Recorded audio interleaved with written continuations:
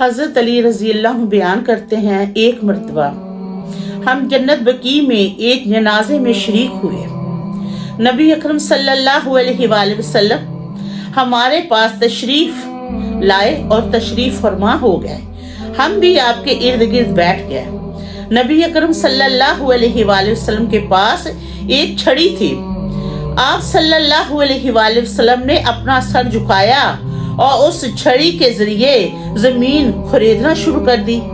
پھر آپ صلی اللہ علیہ وآلہ وسلم نے فرمایا، تم میں سے ہر ایک زندہ وجود کا جنت یا دوزخ میں مخصوص ٹھکانہ اللہ تعالیٰ لکھ چکا ہے۔ اس کا بخت ہونا یا نیک بخت ہونا لکھا جا چکا ہے۔ ایک شخص نے عرض کی، یا رسول اللہ صلی اللہ علیہ وآلہ وسلم، کیا ہم اپنے بارے میں لکھے ہوئے پر اعتبار کرتے ہوئے عمل کرنا ترک کر دیں؟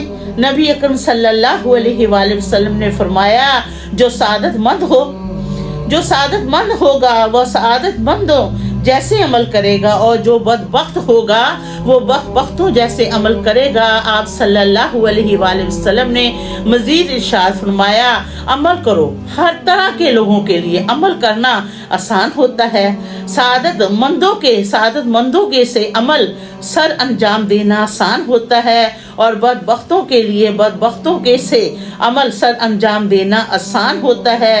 پھر نبی اکرم صلی اللہ علیہ وآلہ وسلم نے یہ آیت کی تلاوت کی، جس کا ترجمہ یہ ہے، جو شخص صدقہ دے اور پرہیزگاری اختیار کرے اور نیکی کی تصدیق کرے، ہم اس کے لیے نیک اعمال کو آسان کر دیں گے، اور جو بخل کرے یعنی کنجوسی کرے اور لاپرواہی اختیار کرے اور نیکی کو جھٹلائے، ہم اس کے لیے برائی کو آسان کر دیں گے۔ بے شک